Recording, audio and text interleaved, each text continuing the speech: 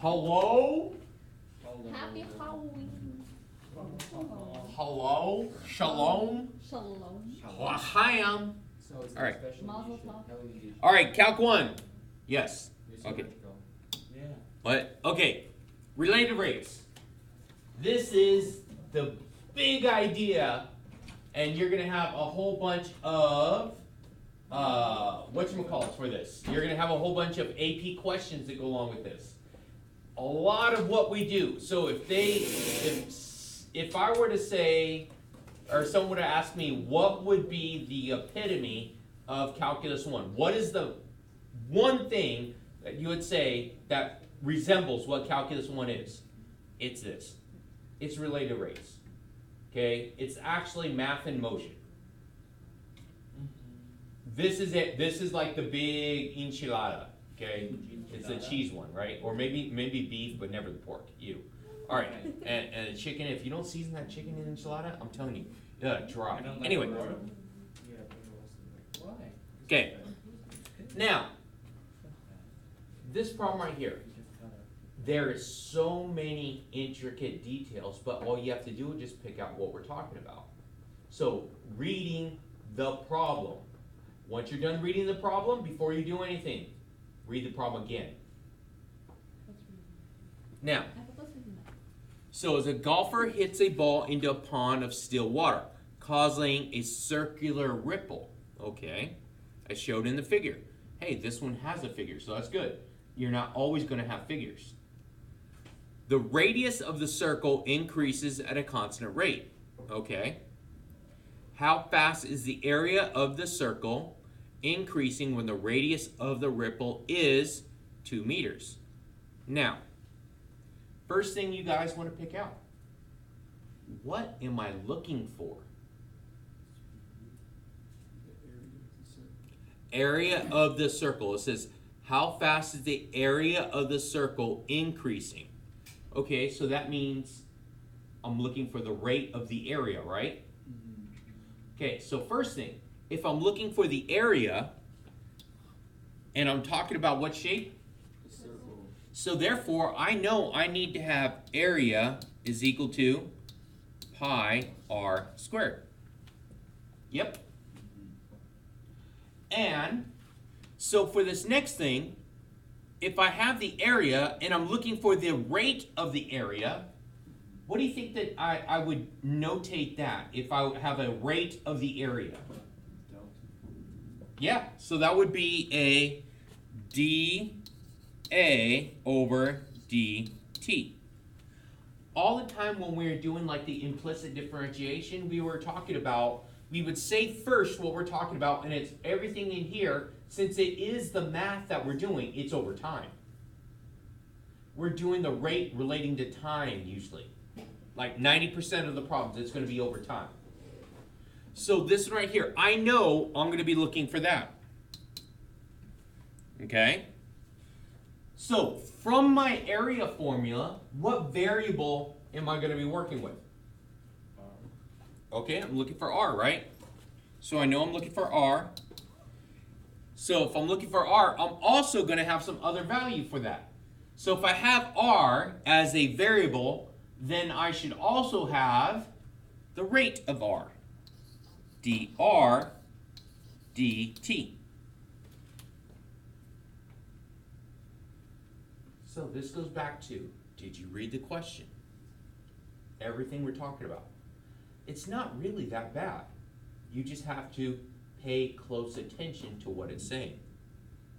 That's basically it right there. So now let's go through and go back to the question and find the information I'm looking for. Okay, so it says the radius of the circle increases at a constant rate of 0.5 meters per second. So what is that going to represent? dA over dt. The radius of the circle increases at a constant rate. So dr, right? Because I'm talking about the radius, right? So there's my dr dt is going to be 0.5, and that's meters per second. That's important. You have to have and label your units all the time. Because the units are important, because they'll change the units up on you. Just instead of, they'll say, hey, how fast is it in per minute or something like that. So you have to understand and pay close attention to all the units. All right, so what other information do I have? Radius is 2 meters. Very good. A radius is 2 meters, right? When the radius is 2 meters. Okay? Yes? Yeah. That's it. So now, what formula am I using? I'm using the area here, right? Yeah. So I'm using the area. So we're going to start with that. So I'm going to say that I have this right here. And if I take the derivative of A, what am I going to write? 2 No, just derivative of A by itself. The letter A, what would I say? 1. It'd be 1 what? 1 dA over dt. Very good. So it'd be dA over dt. Because A is the variable, right? Oh, isn't it dA over dr? dt, time. Remember, it's in relation to the time. All these are going to be versus my time. Okay, so we have dA dt right there, right? Because area right here, A, right? When I took the derivative of that, it goes to 1, right? The derivative would be 1, but it's going to be dA dt because I'm doing it in that terms. That's why we had to do the implicit differentiation first. Equals. Now, pi is a number, isn't it? Yeah. That is a number. So I'm going to treat it like a number, not a variable. So I'm going to take the derivative of the right-hand side of this area over here, right? So what would that give me? 2πr So it's going to be 2 what? pi r. Pi r. What else? Did I take a derivative of r? I did, didn't I? Yeah, that's it. I took a derivative of r, right? So what do I need to have? Everything here is in relation to what? Say time. Oh, dr. Is it in relation to time? Is there a time right there? Yeah. If I had time included into this, then I wouldn't have to add this. But because everything is in relation to time, this is going to be a dr dt. Because I took the derivative of r in respect to time.